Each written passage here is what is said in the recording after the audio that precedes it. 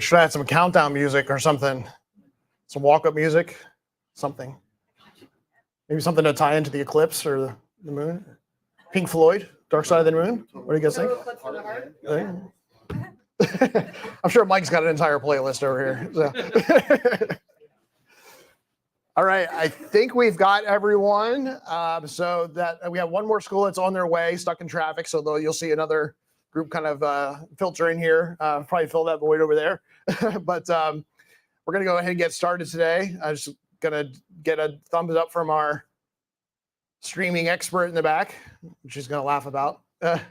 So for those that don't know, we are streaming today live on our Facebook channel as well as on our YouTube channel. So if any of you want to, haven't already informed your colleagues at school or your fellow students, they maybe shouldn't watch while they're in school, but they can watch it later. Or your parents, of course. If any of you want to send a quick text and say, hey, go to the Catalyst YouTube channel. You can see this, they can see it live. Of course, it will stay as a recording on both of those platforms, especially on YouTube. So if they don't get a chance to see it today or you want to share with somebody else later on, that will still be recorded and available on our YouTube channel. So I want to make sure you guys know that. So well, welcome to this year's What's So Cool About Manufacturing Student Video Contest. My name is Scott Dietz. I'm the Director of Workforce Development at Catalyst Connection. Our office is located conveniently right upstairs from here.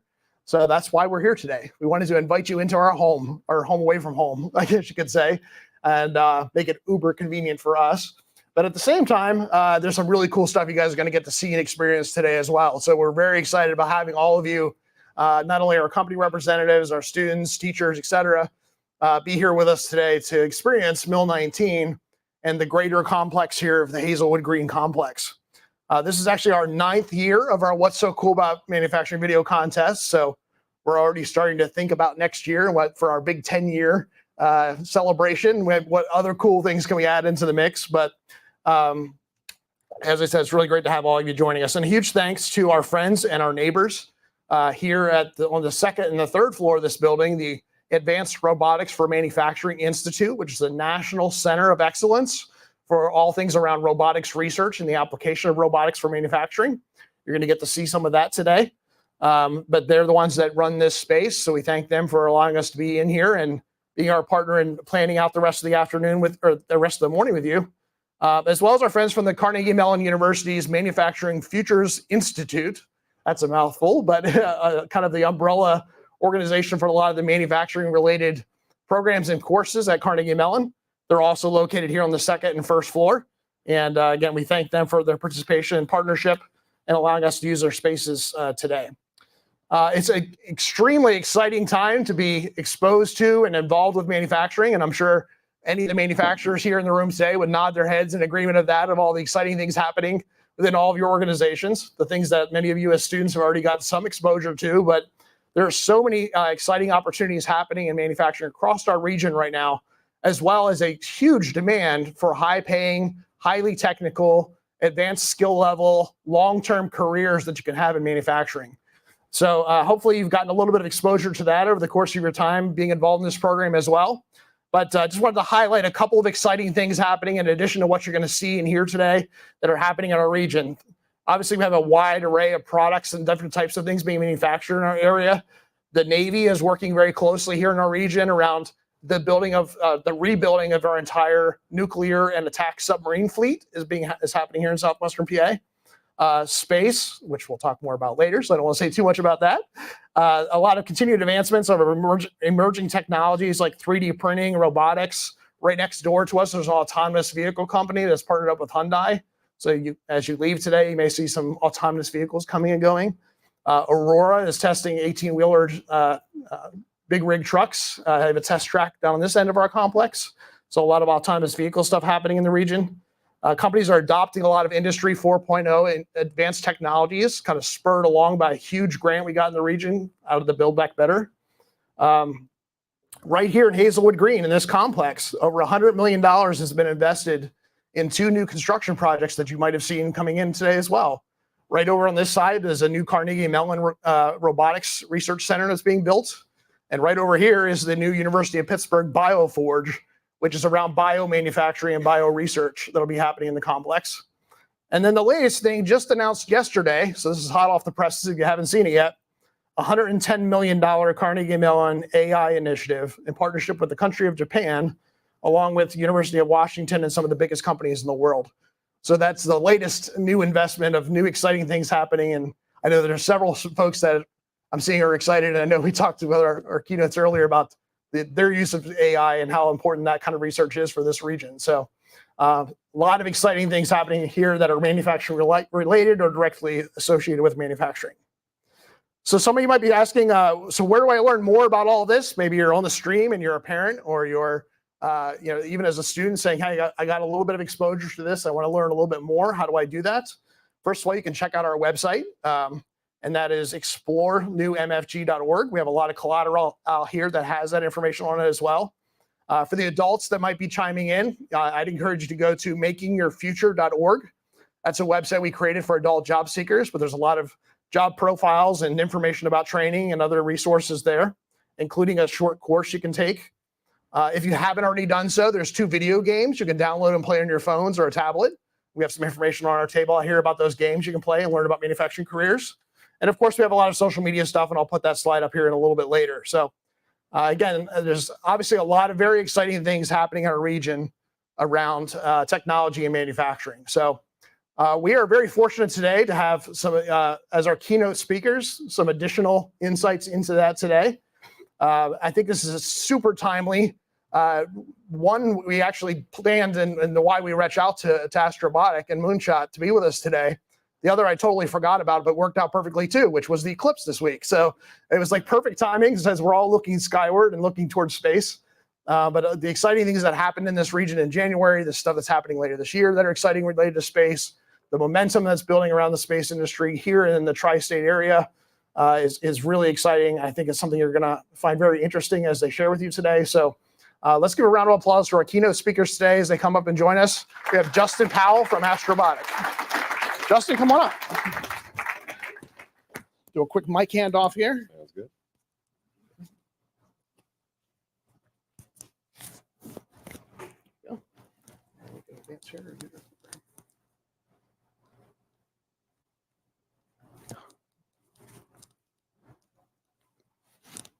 Okay, can you hear me okay? Okay, great. Well,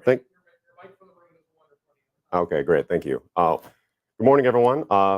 As mentioned, my name is Justin Powell. I work at Astrobotic, and I'm here to tell you about our awesome company.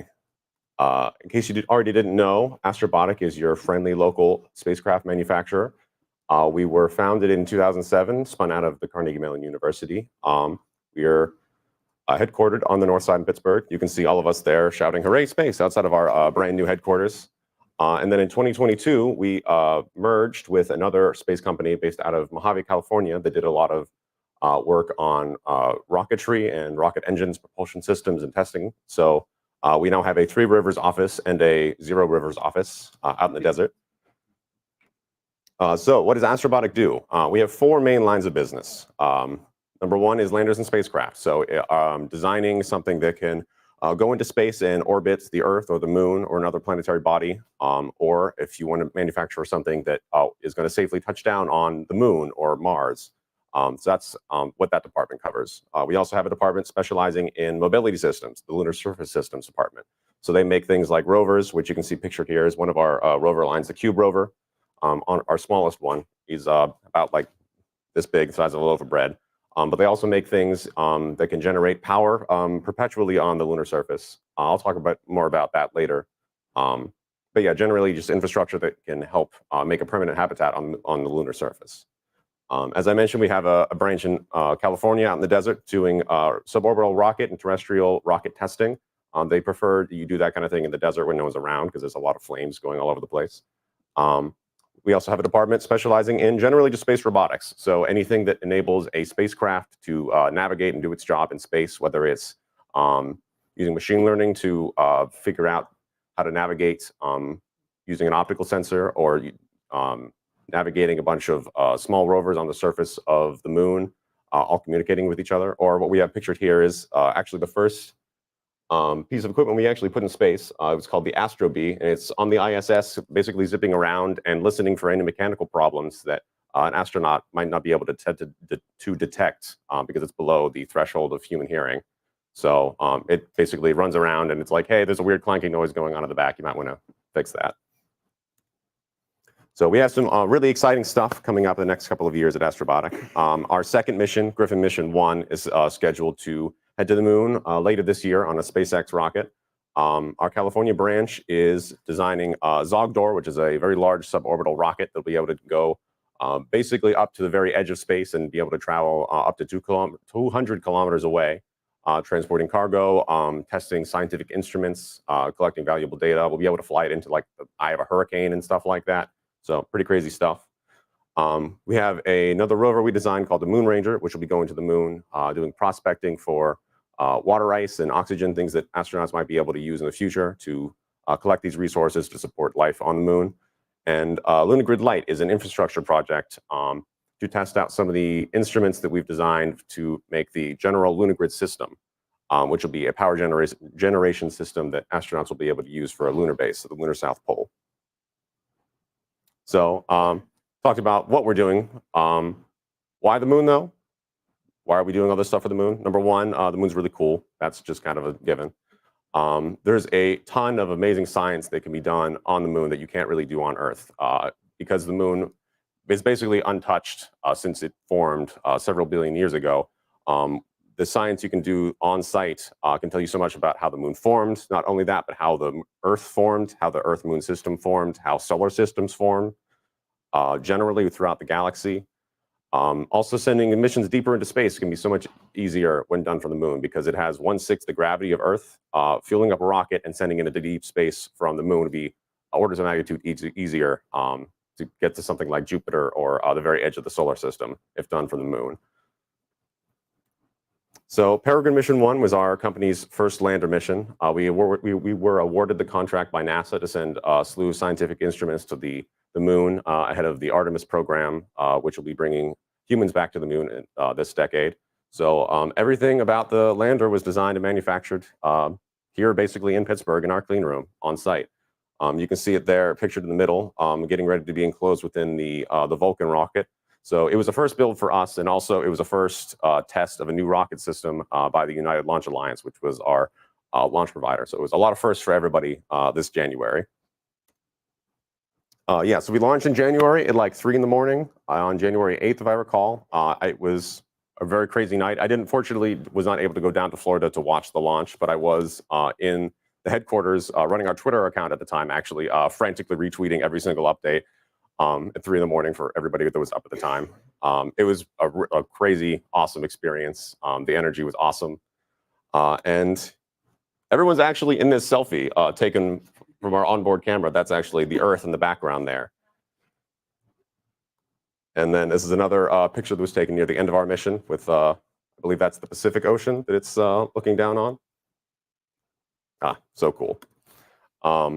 So you might have heard, unfortunately, we did not have the opportunity to land on the moon. A few hours after launch, when we were doing some checkout exercises to make sure everything was working, we detected an anomaly in our propulsion system that unfortunately resulted in a fuel leak that unfortunately was going to prevent us from making a lunar landing attempt. But we were able to rapidly identify the problem and make a fix so that we could actually save the mission from complete disaster and be able to have a really successful mission despite that. So we were able to send our spacecraft out to lunar distance, collect a bunch of valuable data for NASA so they know more about the environment for future mission planning, and basically check out that all of our systems were supposed to work as they should. And I'm happy to report that everything that Astrobotic engineers and scientists did design ourselves worked exactly as it should have. So we're looking to the future for our future missions.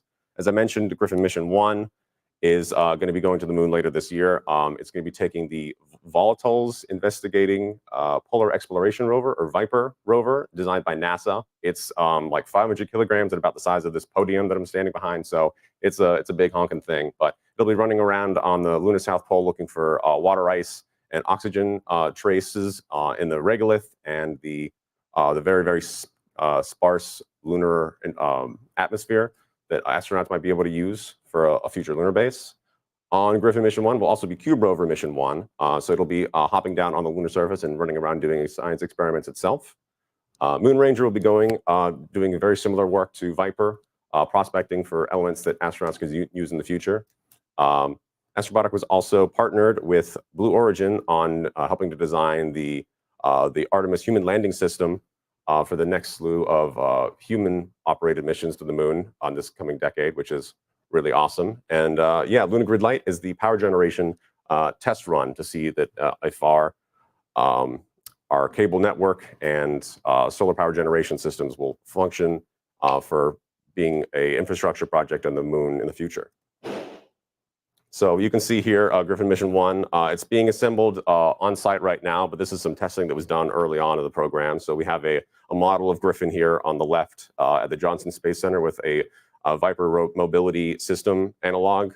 So they're testing to see how well the Viper rover will be able to roll off of the ramps once they're deployed on the lunar surface. You can see the lunar grid system kind of demonstrated here. So you have a Cube rover with a wireless charger attached to its front with the cable running to a VSAT system, which is basically just a giant rollout solar array, like an old scroll, like hear ye, hear ye. It rolls up and there's a bunch of solar cells at the very top. So when you're placing a couple of these on ridges at the lunar south pole, you'll be able to get year-round sunlight on these things, so you can have very continuous solar power. Zogdor, as I mentioned, is the suborbital rocket we're designing. UltraNav is a navigation system. It's basically a camera with a computer attached to it. And that camera has loaded onto it a bunch of images of a landing region at various different heights and angles that spacecraft might see as it's coming down for a landing. So as a lunar lander, for example, is trying to land somewhere on the lunar surface, this camera will be recording data and the computer will be rapidly going through all these slides to tell it, okay, you're at this particular position looking this way, so and go slightly to the right. And SkyMage is basically lawn darts with a GPS system attached to it. So you throw a bunch of stuff onto the ground and a spacecraft will be able to use that to ping these different things on the surface to figure out where it is and it can land safely. So as I mentioned, yeah, Zogdor, it'll be able to go basically just to the edge of the space compared to what our current suborbital rocket can do. We'll be able to land vertically, or if you're, for example, flying it into a hurricane, you don't necessarily have to pick it up. It can send back the data and just plop right into the ocean.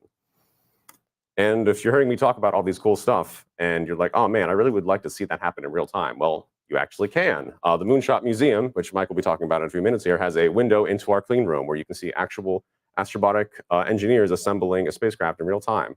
So like an aquarium, don't tap on the glass. It bothers them a little bit, but it's really cool to see actual science happening in Pittsburgh. So thank you very much.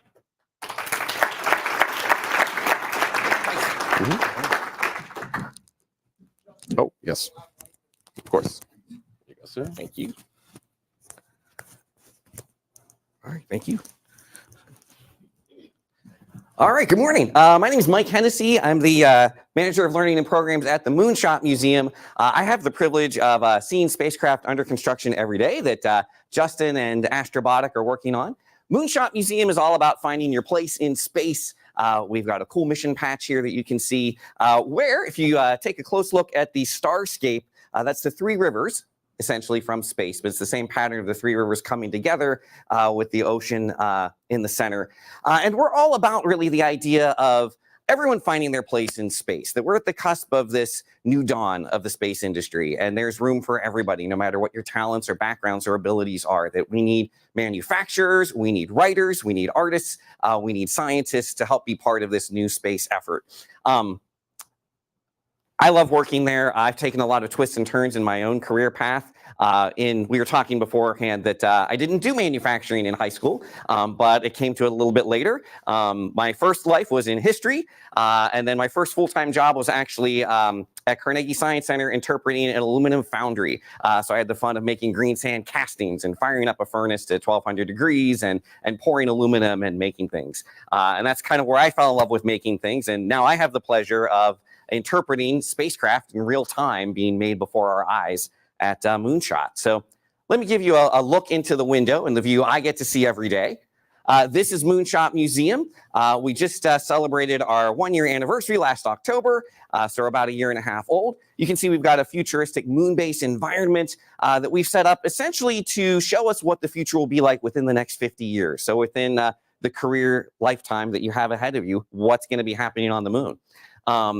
But what I think is most exciting is that window into what's happening right now, that you can actually see real spacecraft under construction.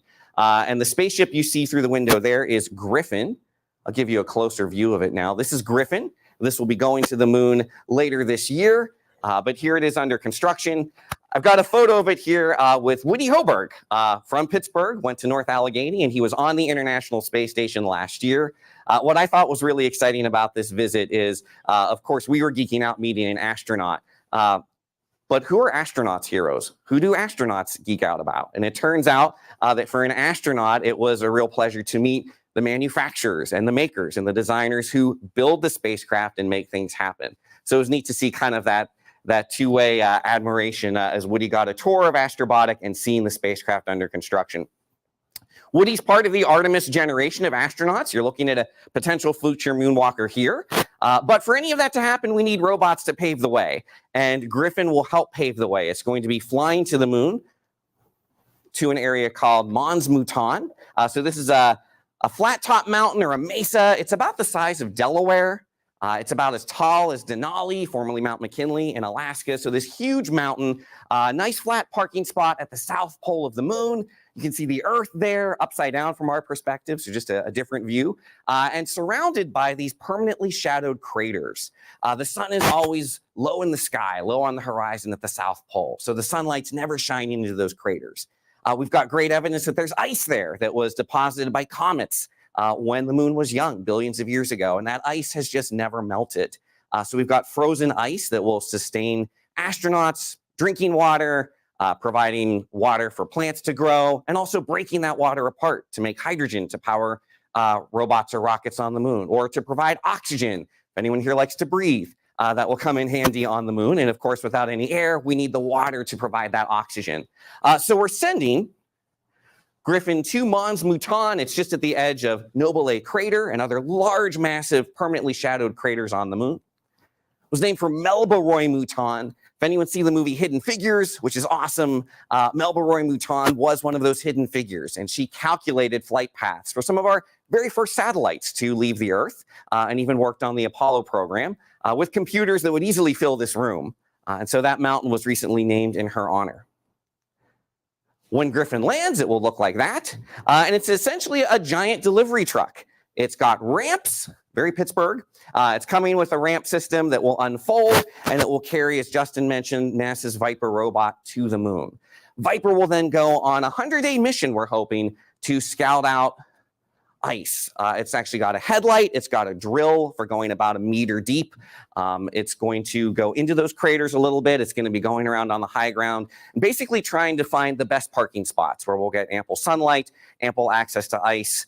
And who better than Pittsburgh to pick a parking spot, basically put our parking chair there and say, this is where we want the Artemis astronauts to land in a few years. So I think it's exciting that our region is playing that role in helping to find these ice deposits and delivering the robots to make it happen.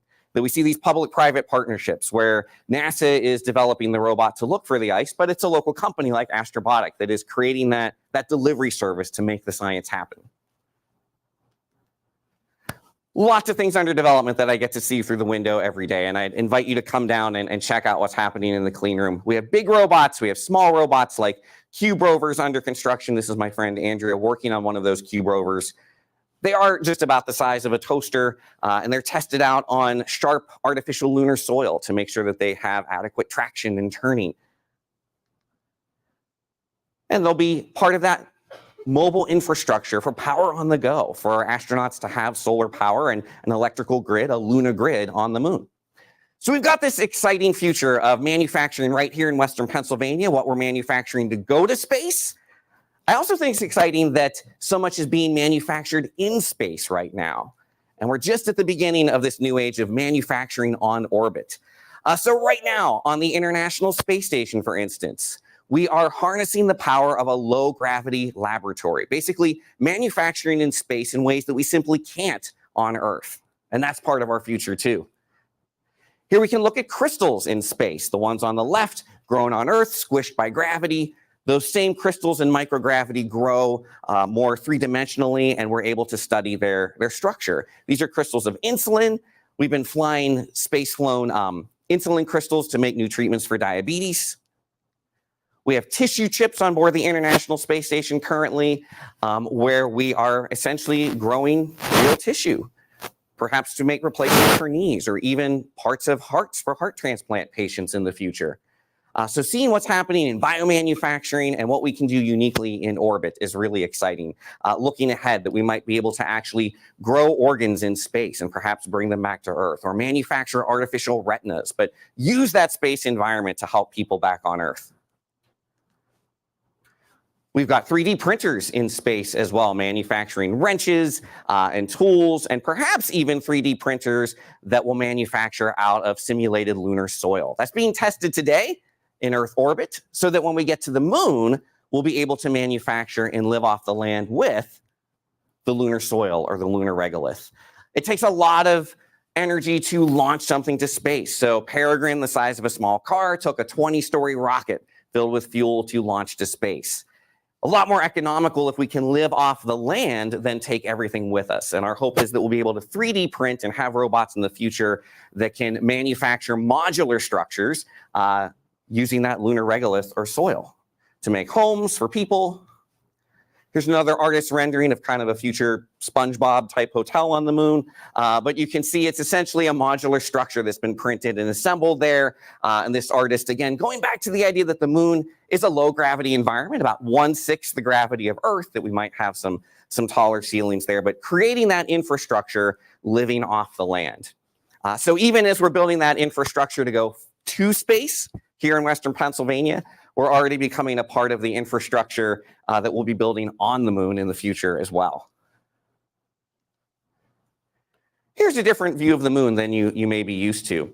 We're looking at mineral mosaic. This was captured by the Galileo spacecraft in 1992. It was on its way to Jupiter, but took a few quick shots of the moon. You can see the pink area is aluminum. When you look at the moon, bright in the sky, those bright lunar highlands are aluminum compounds. A lot of volcanic activity on the moon when it was young, and the orange and green there shows you that dark volcanic rock. When you're home, something you can point out next time you see the moon is full, look up in the sky and just point out to your friends and family, any of the dark patches you see on the moon were essentially fashioned by space volcanoes when the moon was young.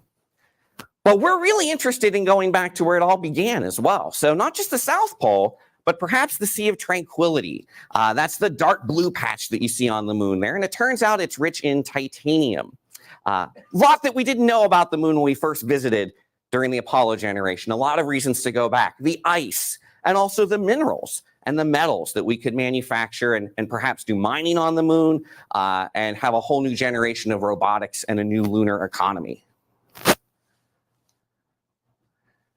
Going to bring it back to that first landing to close out today. We've got Buzz Aldrin saluting the American flag.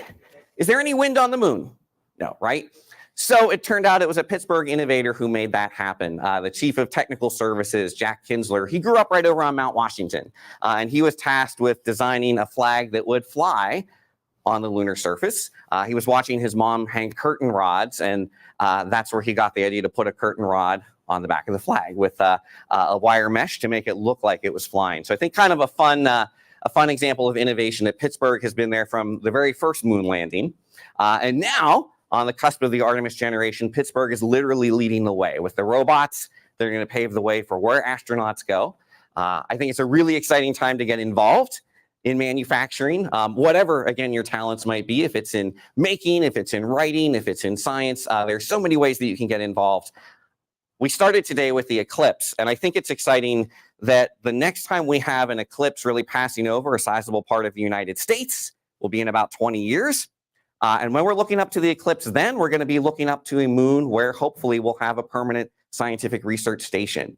So it'll be a whole different world where we're not all living on Earth, but we'll always have a piece of humanity on the moon, really made possible by Pittsburgh manufacturing. So these are exciting times ahead, and I'd invite you to come check it out for a sneak peek at Moonshot Museum sometime, and come see Griffin before we head to the moon later this year. Thank you very much.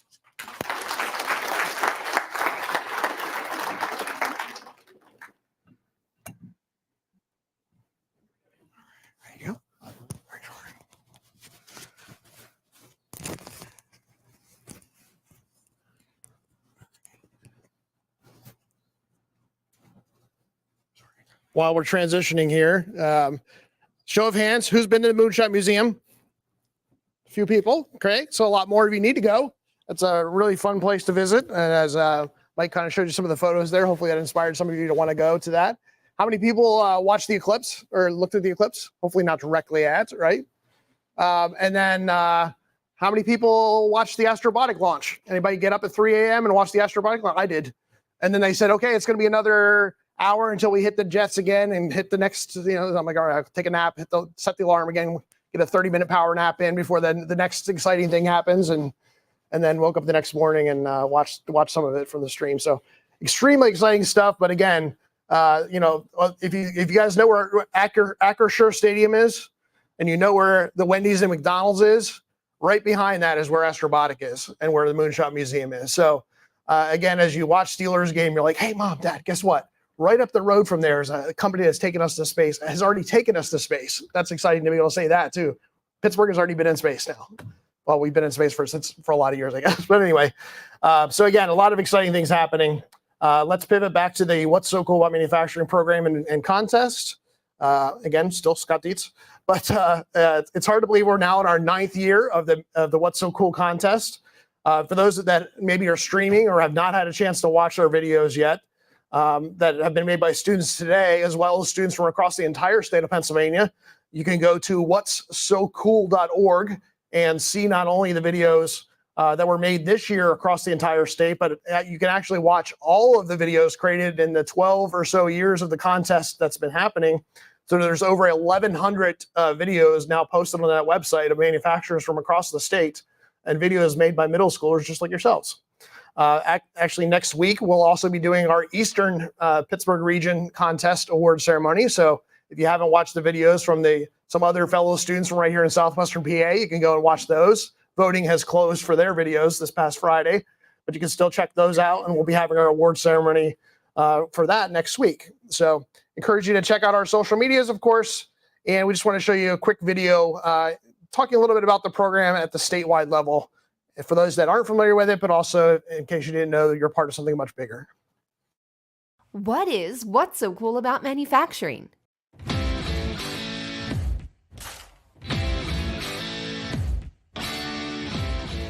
Student video teams from across the state are paired with Pennsylvania manufacturers and tasked with producing a 2-minute video about their company's unique work environment and career opportunities. Their videos educate students, parents, and teachers about career pathways and dispel the myths and stigmas associated with today's manufacturing jobs. To be successful, students learn digital storytelling skills, including producing, videography, editing, and marketing. They record all their video during one visit to the manufacturer, edit for weeks to whittle hours of footage down to 2 minutes, plus create and execute an original outreach plan to get others to watch their finished product. With these new digital storytelling skills, students are capturing and sharing videos about jobs in manufacturing. What's So Cool About Manufacturing was created in 2013 with 16 Lehigh Valley school districts competing. Today, 309 school districts have participated, representing over 60% of the state. That means since the contest began, it has impacted 60 of the 67 counties in the Commonwealth. Our student teams have partnered with over 600 unique manufacturers, and more than 6,000 students have participated. Reaching the largest audience possible has been the goal since the contest's inception. Regional public voting for the Viewer's Choice Award has resulted in over 4 million online votes. Additionally, this successful statewide program now includes a dynamic digital library of nearly 1,200 student creative videos that are used for career education in classrooms across the Commonwealth. What's So Cool About Manufacturing not only gives student teams the opportunity to learn about careers, technology, and digital storytelling, but the program is changing perceptions of students, parents, educators, and the community about what jobs look like at Pennsylvania manufacturers. And that's what's so cool about manufacturing.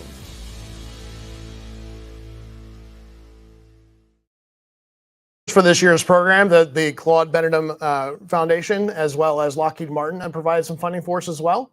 So we were not able to make this whole program happen, purchase video equipment for all of the schools, pay for some of your transportation, substitute teachers, et cetera. Our time to help coordinate it all without these sponsors. So we wanted to take a minute to thank our sponsors. We also want to thank our digital storytellers today. And so I'm going to ask that of all the students, you guys have worked very hard over the course of the last several months to put all your videos together. By the way, you did a phenomenal job. I've watched every video in preparation for this today. So why don't we have all the students that participate in the program, please stand up and let's give a big round of applause. Give yourselves a round of applause too for all your hard work.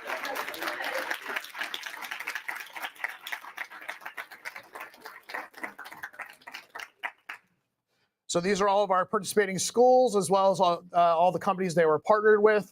Let's have all of our manufacturing representatives that are here today. If you're with a manufacturer, please stand up.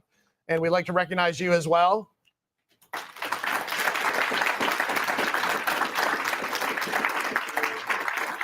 We know our manufacturing companies are very busy in producing cool stuff and trying to get product out the door and working with their customers. And so the fact that they open their doors and allow you to come in for that experience and to get exposed to that are invested in this future talent for manufacturing.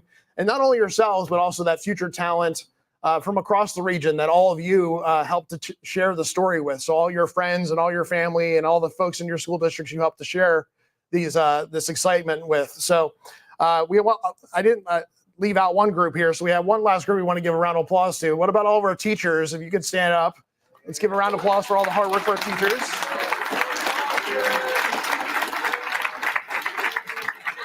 There's no booing in here. Come on. I think that was an inside joke. That was meant in a loving way. But so yeah, our teachers, we started with teacher training back in September, obviously do a lot of the behind the scenes work to get you all out of the building and permission slips and getting into the companies and stuff like that, as well as probably helping you over the course of the getting your project finished on time. And so again, we really are appreciative of all of our teachers. And then I just want to say a special thanks to all of our staff members today. There's a lot of staff here from Catalyst Connection, the ARM Institute and the CMU that are helping to make the day flow well. So I just want to give a shout out to them. Another shout out to Amber for running our live stream today. So thank you for that and all your work you've done to prepare for that. And I don't think she's here right now, but hopefully she is soon. But there you are. There's Hannah. I'm like, we're about to do awards. Where's Hannah? But all the hard work Hannah's put into this, as you know, especially the teachers, all the communication that you've received from Hannah and keeping this whole program on track throughout the entire school year, as well as all the fine details to make today run smoothly. Huge shout out and thank you to Hannah for that. So we are now at the time where we are moving on to present our awards. And this is the part, of course, that you all are excited for, been sitting on your edge of your seats for. But again, hopefully you've already enjoyed some of the speakers this morning and you'll enjoy the rest of the day today too. So this is a contest. We will be, of course, announcing some winners today, but it's also about much more than just that contest. Again, we appreciate the hard work, the creativity, and the enthusiasm of all the students and all the work that you've done today.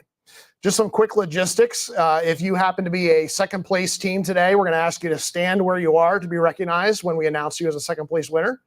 If you are a first place winner, we're going to ask you to come up and get your award when we announce that. We're going to show the videos of the first place winners today as well. And Hannah would like for you to quickly go out into the hallway and get a quick photo for Catalyst. Don't worry though, but throughout the day today, you're going to have plenty of time to get team photos, as well as we'll get the photos of the second place winners after the ceremony as well. So that's kind of our flow for the day is once we announce second place stand up, first place stand up, come get your award, get your photo taken, and as we're watching your videos. So I think that's it. Are we ready to go? Anybody excited? Anybody awake? Okay. Who's going to win? All right. I saw some teams already eyeing up some of our awards earlier going, ooh, I want that one. Ooh, look, that one's bigger. I want that one over there.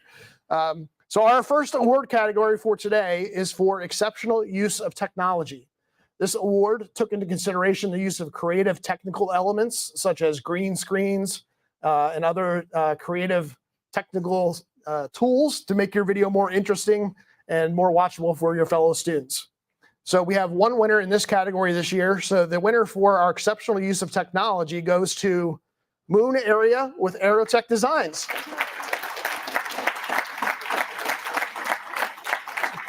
So we're gonna watch Moon's video, and while we're doing that, you guys can come up and get your award and get your photo taken by Catalyst as well. Moon team here?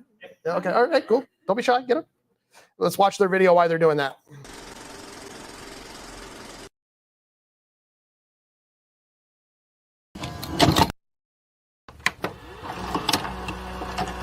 Grab your helmet, tie up your shoes, biking safety, that's what we do.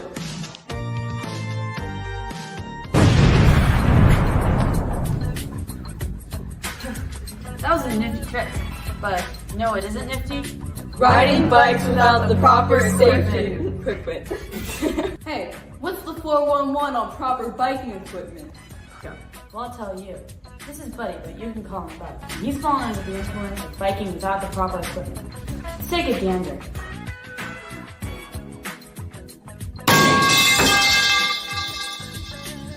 Looks like he needs to call in the proper support. Whoa, dude, are you okay? Why aren't you wearing your Aerotech? What's Aerotech? Aerotech clothing works in a lot of different ways, but our main way that we help our consumers is protection against chafe and sore spots while riding. This is our dye sublimation printer. It's able to print very specific and special inks onto very specific and special paper so that we can put designs on our apparel that our customers would love. You can get inspired to create some of the designs from anything. For example, I had an issue with walking around outside with my son, and so we created a safety yellow vest. Now that Bud here knows about the ins and outs of Aerotech, let's see what others think is so cool about manufacturing. What do you think is so cool about manufacturing? I think that manufacturing is awesome because you get to create something. What I think is really cool about manufacturing is I always had a love for fashion, so it incorporates all that, and I get to do that daily at my job, and I think that's really awesome. Of the ability to design and create products that are not only new but innovative. Really start with nothing, and then you acquire a whole lot of materials. It takes a team to put those materials together, and in the end you have a beautiful finished product. Manufacturing is cool.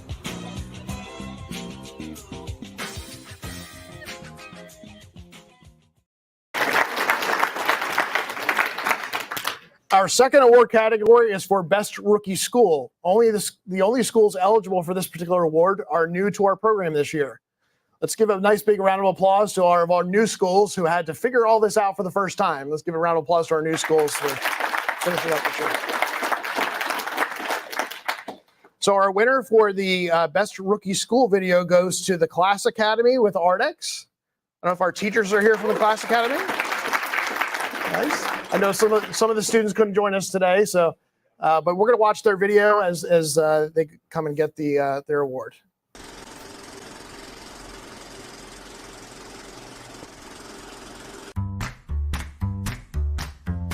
What do I want to be when I grow up?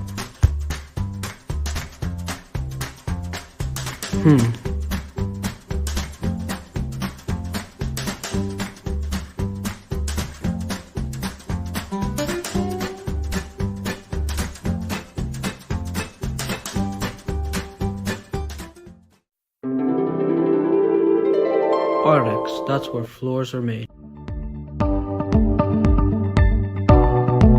What is Ardex? Can you tell us a brief overview of the company? Ardex is a cement manufacturing company. So we make flooring for residential, commercial, education, military, hospitals. We do a little bit of everything. I specialize in taking phone calls with customers, so a lot of times you'll hear me throughout the office, just from my cube, having a phone call with the customer and building rapport with them. That's a big part of our job as well. Ardex is a good place to work. One of my favorite things here is the people. The production manager. I oversee the 3 shifts that run production here. So we run a day shift, an afternoon shift, and a night shift. So I oversee that, make sure everybody's running production. If they have any problems, they come see me. We work out solutions. Plant manager, my name is Joe Fletta. So I lead all the different operations in the plant. So essentially it's just a great opportunity to work with all the different factions. We have 5 manufacturing plants in the U.S. We have the one here in Aliquippa, which is our largest. We manufacture about 50% of the material for the organization. In your opinion, what's so cool about manufacturing? You get to see the product in its end use. Good product makes it easy to be positive about. We're making something, a different material every day. I love manufacturing because there's always something new to learn. It's really exciting seeing a group of 50 to 55 people working as one unit.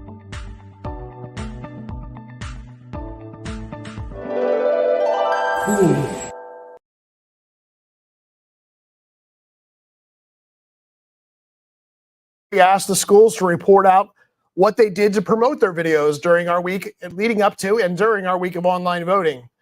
Our winning team this year really impressed our judging panel around the variety of different marketing techniques and marketing efforts they made throughout their school and their community to promote their videos. It's never surprising that a lot of the schools that have a good promotional plan also end up getting a lot of our voting. So this team was definitely in our top 5 for our most votes received as well, which of course those tend to go hand in hand. So this year's winner for the Best Promotion Award goes to Freeport area with JSP. Congratulations, Freeport. We're going to watch not only their video, but also one of their promo videos they made to promote in their school as well. Hey Freeport, just a quick little note before we start the regular broadcast. You should have received an email from Mr. Walters with the link to our manufacturing video. I'm kind of the star of the video, but that doesn't matter. It's entered into a contest for the entire Pittsburgh region. We would love it if you would go to the website and vote for us, and share it with your family too. You're allowed to vote as often as you want. Click on Freeport, then hit refresh and vote again, and again, and again. Just keep hitting refresh. Thank you, Freeport. Now to JPN.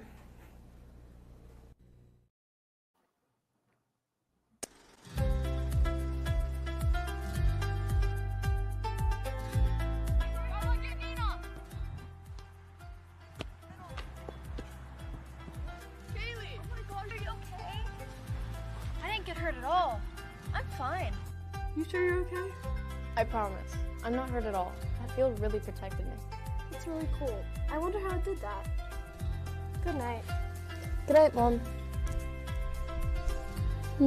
I wonder too.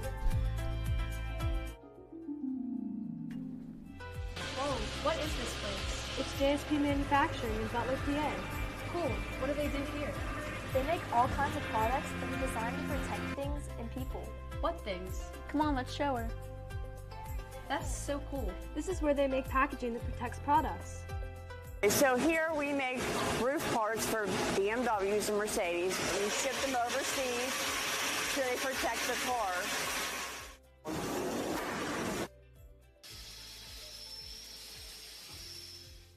car. What's so cool about manufacturing? Every day is a new challenge.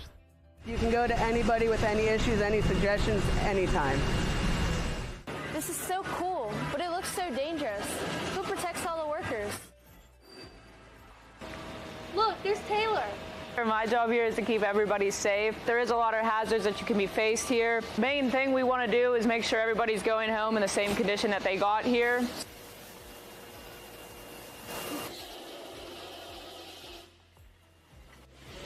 This is what protected me. This is what protects all of us. That's what's so cool about manufacturing, Kaylee. All these machines and hardworking people.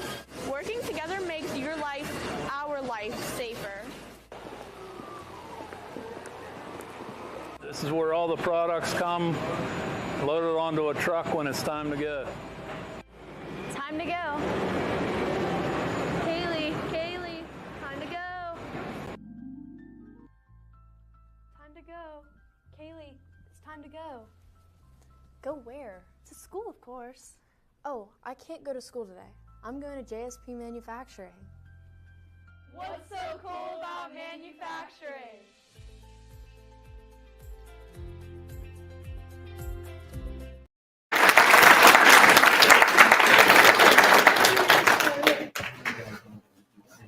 Over the course of the last week, people from all over southwestern Pennsylvania, and I'm sure beyond, went online to vote for the students and vote, as the one promotional video said, vote and vote and vote and vote and vote again. And you can see the total number of votes we had this year was 276,861 votes. Yes, that is a new record, shattering our old record that was last year. So thank you for all those votes. Hopefully you guys actually watch the videos too, not just blindly voting, but at the same time, we appreciate the effort. So we appreciate the voting, and it does get us a lot of attention for that. So thank you. So show of hands real quick. Who voted more than once? More than 100 times? More than 500 times? More than 1,000 times? Yeah, so some people are like, yeah, my finger still hurts for all that voting. So, and I'm not at all surprised by the hands that are raised, because our first winner and second place for most votes received this year goes to Butler Area Team 2 with Keystone Ridge Designs. Congratulations, folks. Stand up and be recognized. Wave to the ground. And our first place winner that received the most votes this year as part of our Viewer's Choice Award goes to Apollo Ridge with JV Manufacturing. Great job, Apollo Ridge. Let's watch their video.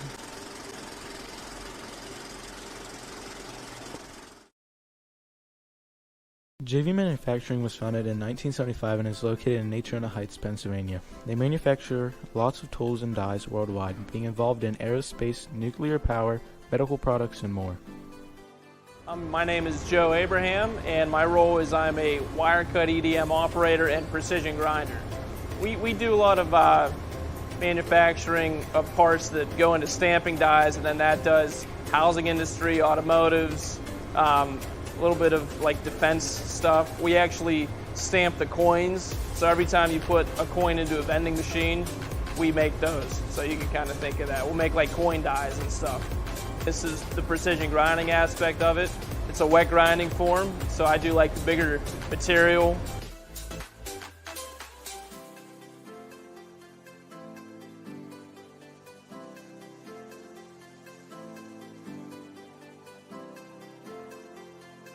My name is Jesse, and I am a tool and die maker, or CNC programmer and machinist. Without a lot of the functions and products from manufacturing, life and comfort as we know it wouldn't exist. We make things for power plants, cars, batteries, appliances, military, money. We make a lot of stuff for Chrysler, GM, Ford, Energizer.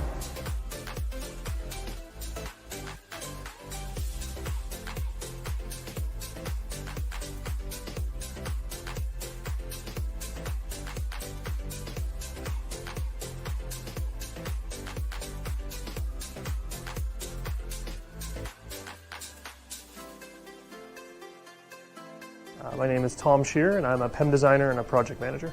JV Manufacturing is a great place to work. I've been here a long time. Really, the people here are outstanding. The quality of the craftsmanship we're able to make in tooling, the skills of the design team. It's a really well-rounded organization. What's so cool about manufacturing?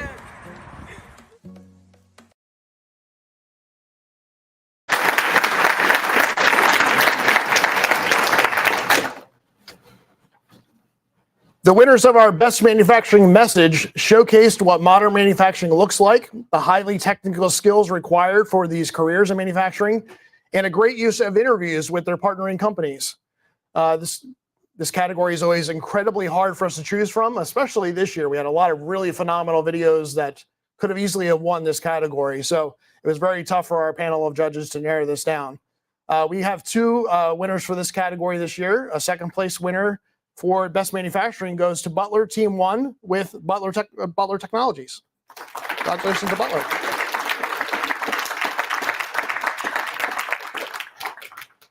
And our first place winner for the Best Manufacturing Message this year goes to Mount Lebanon with Haemonetics.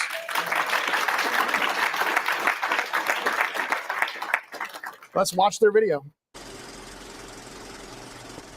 Manufacturing plays a crucial role in society by driving economic. This is so boring. I wish there was a way I could learn about manufacturing in person. Plasma is the liquid component of blood, I wish I could be a place to learn about health and tech. I wish there's somewhere that they would provide this. Why are you here? Why are you here? I was daydreaming about manufacturing. I was daydreaming about healthcare. Welcome to Hemanetics.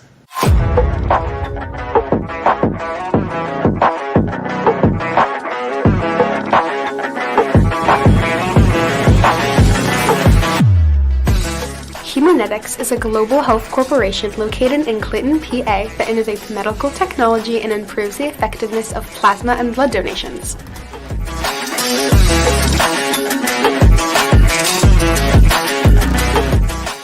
What's so cool about manufacturing? The thing that makes manufacturing cool, I live the show how it's made. We're innovators and we put safety of our end users at the highest priority.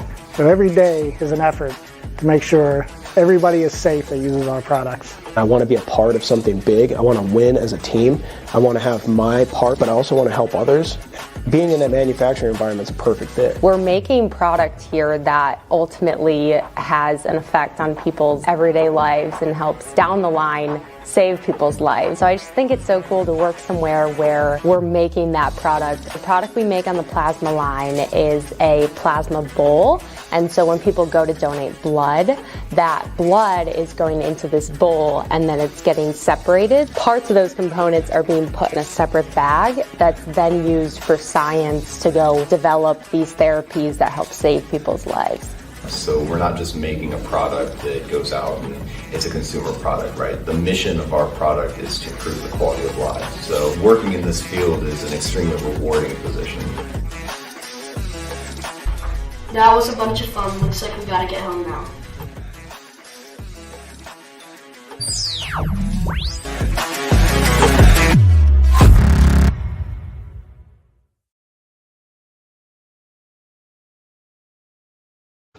Congratulations to Butler and to Mount Lebanon.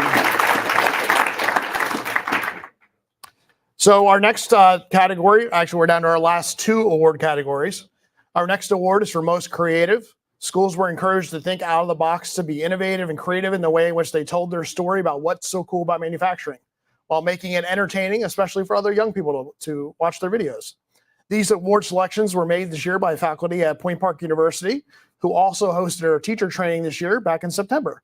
We have Chris Rollinson with us today. So thanks, Chris, for your support of this program over the years, but also with our teacher training, I think really set our teachers up for a nice foundation, but also for helping us with this category as well. So with that, our second place winner for most creative goes to Moon Area with Aerotech Designs.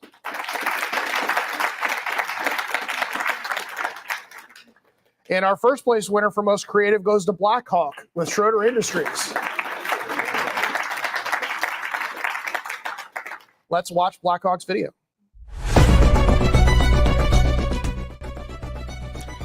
I wonder why all the air around me is so dirty. Wahahaha. My name is the Evil Grime and I'm here to make our air filthy. Oh no! I can't believe the evil grime is trying to destroy the air. I know just who to call to stop him. Schroeder Industries, a filter making company.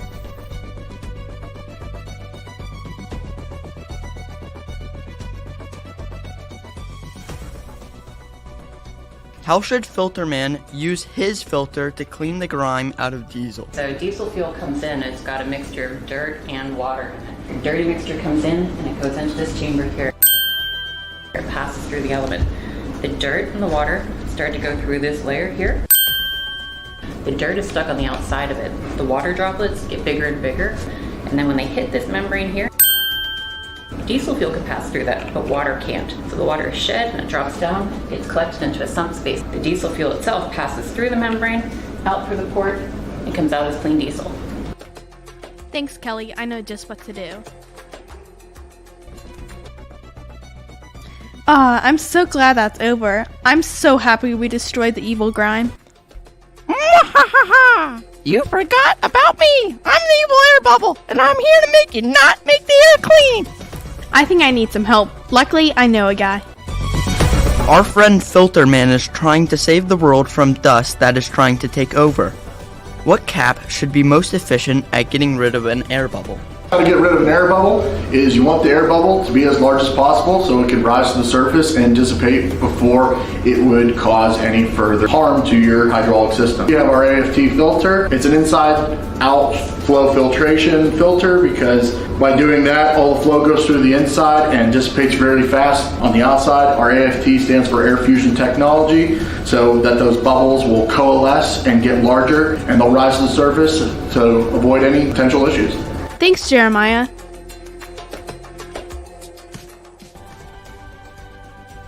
Now I know our filters will make the world a better and healthier place. That is What's so cool about manufacturing?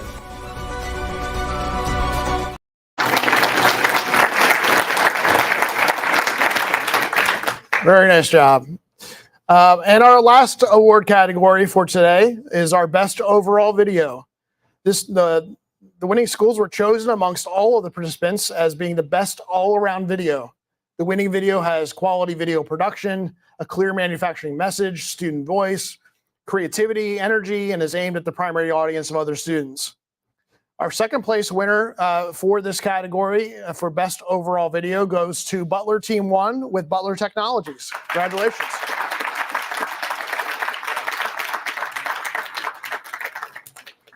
And our first place winner for best overall video for this year, as well as the school that will be representing this regional contest at our statewide contest this year, which will be in Harrisburg, competing against schools from across the state of Pennsylvania involved in the What's So Cool program. The winning team for first place is Mount Lebanon with Haymanetics. Is that good video? So our apologies to Haymanetics. I don't think their video wasn't in here. So our apologies for not watching that. So I strongly encourage you guys to go online, watch their video because it was very good, obviously. And my apologies to Haymanetics if I know you're in the room somewhere that we didn't get to show your video on the big screen today. So always something messes up in your presentations, right? So life lessons here. So with that, this actually is the conclusion of our award ceremony for today. Let's give another huge round of applause to all of our schools that participated in this year's program.